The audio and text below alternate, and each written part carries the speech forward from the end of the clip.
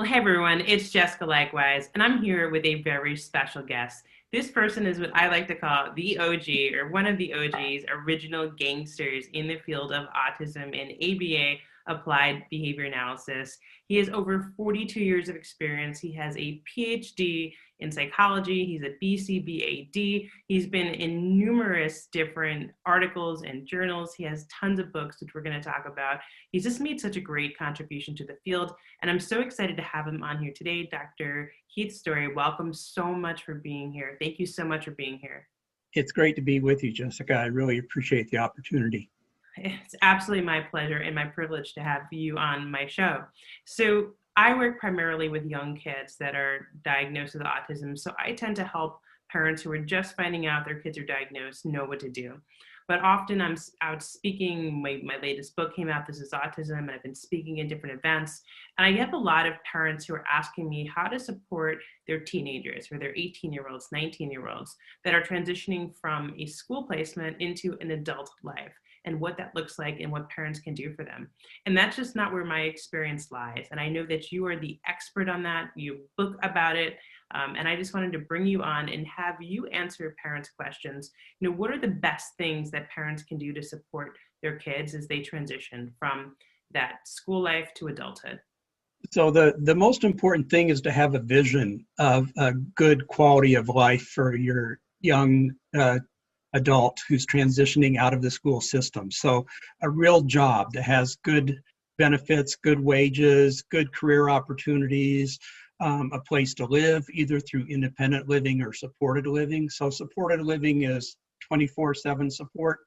Independent living is the person gets a certain number of hours per week of support, like grocery shopping, paying bills, that sort of thing. So, but you want to look at what is their adult life going to look like. So having a real job is the key thing, because that brings in income, which allows other opportunities. And often young adolescents and young adults with disabilities end up in segregated programs for adults. So a sheltered workshop, a day program, where they don't earn any money, they're not integrated in the community. So those are kind of dead ends. So you want to avoid those dead ends and really be looking at a real job. So to kind of step back a little bit, when the student turns 16, they should have an individual transition plan as part of the IEP. And that should then focus in on the transition from school to adult life and what skills that student needs to be successful. And one of the key things there is that they have real work opportunities. So when they're 16, they can be involved in some part-time work.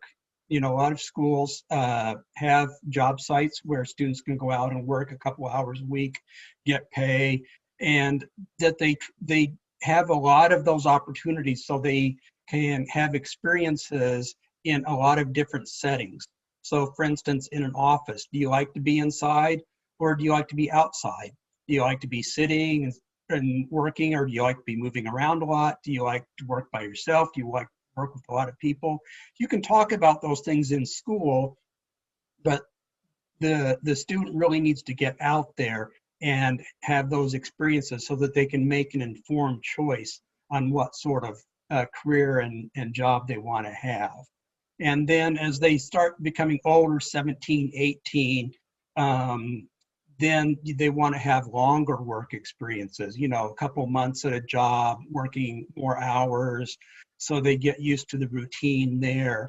And then when they transition at 18, if they don't go to college, then a lot of school districts have what's called a transition program for 18 to 22-year-olds.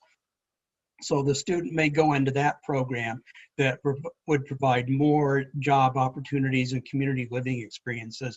But again, you want them to be focused in on real work experiences, not going to the mall or the park a lot. That's kind of mall therapy and van therapy. What we want is that they're working in real jobs, and that then there's the point of transition.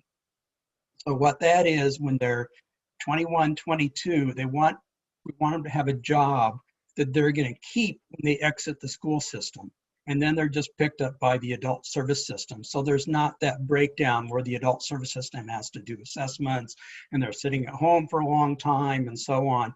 So it's that they have a job that they keep, and then the adult service system just has to pick them up and support them in that job opportunity. So those are kind of the key things to make sure they're in place. Yeah, and that's really great advice. And when parents are looking for a job, and I do a lot of interviewing autistic adults to talk about what their experiences have been. One of the main things I think the mistakes that people make is that what sometimes we consider a entry level job, like a cashier or working in a grocery store, may actually be one of the hardest things for someone with autism because of the fact that it's really relying on social skills, a lot of interpersonal relationships. And even though you may think it's an entry-level job because traditionally it might be done by teenagers in the United States, it might actually be really difficult for someone with autism. So how would parents really do a good job of figuring out what type of job their children would be suited for? Well, it wouldn't necessarily be the parents that are doing it. The parents are kind of having the vision. And then it's the school district staff who are going through some of the nitty-gritty details. So there's what's called a job analysis, where a job developer would go out and analyze the job site before the student with disability goes there. And they would analyze, well, what type of social skills are needed? What type of reading skills, math skills, mobility skills are needed to be successful at that job site? And then it becomes, well, is it a good match or not a good match? But you want the student to have the opportunity to learn in that setting. So you wouldn't want to say, oh, I don't think it's a good match necessarily, because you say, well, Keith needs that experience to get out there and see that, you know, he doesn't have the social skills, or he needs to learn social skills to be successful on that job site. And then you can teach Keith those social skills, and then he has them. But you're right that a lot of students with autism and young adults with autism don't necessarily have the social skills or want to be in a situation that requires a lot of social interactions. So you have to kind of make a judgment about what's appropriate for that individual, but also what their interests are. So there's a process called person-centered planning, which can be involving the student, the family, teachers, friends of the student, and so on, and kind of getting together and going through some specific steps about, you know, what needs to happen for the transition to be successful and so on. So the person-centered planning is kind of a key thing. And also self-advocacy. So teaching the student with autism or other types of disabilities to be an advocate for themselves. So having self-directed IEPs where they're in charge, because it is their life. So we want to be supporting them for the life that they want, rather than the life that we may want them to have, which doesn't match up with what they want for their own life.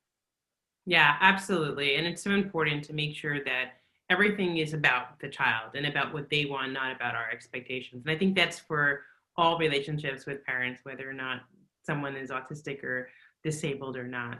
It's an important thing to remember.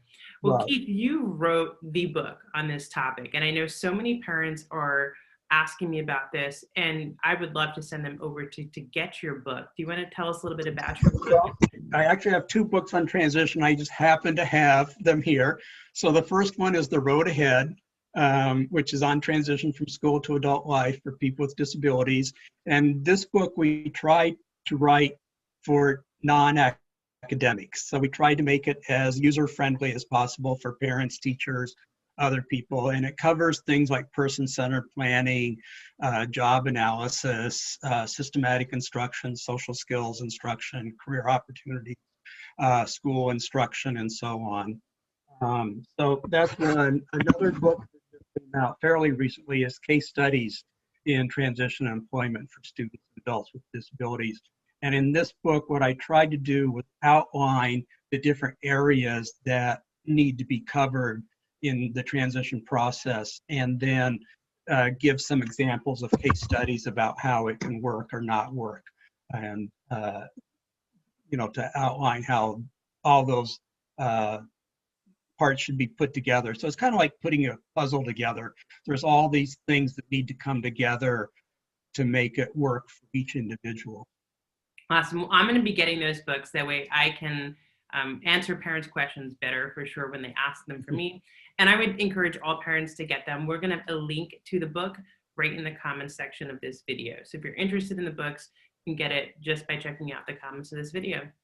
And Keith, thank you so much for being here. It is a privilege. It's a pleasure to have you on here. I know we're planning on bringing you back to talk about some future topics. And if parents, you have any questions for Keith, he is incredible. I definitely look up to him. I've learned a lot from him. If you have any questions for him, just put them on the comments of this video. And next time we make a video, I'm sure he will be willing to answer your questions.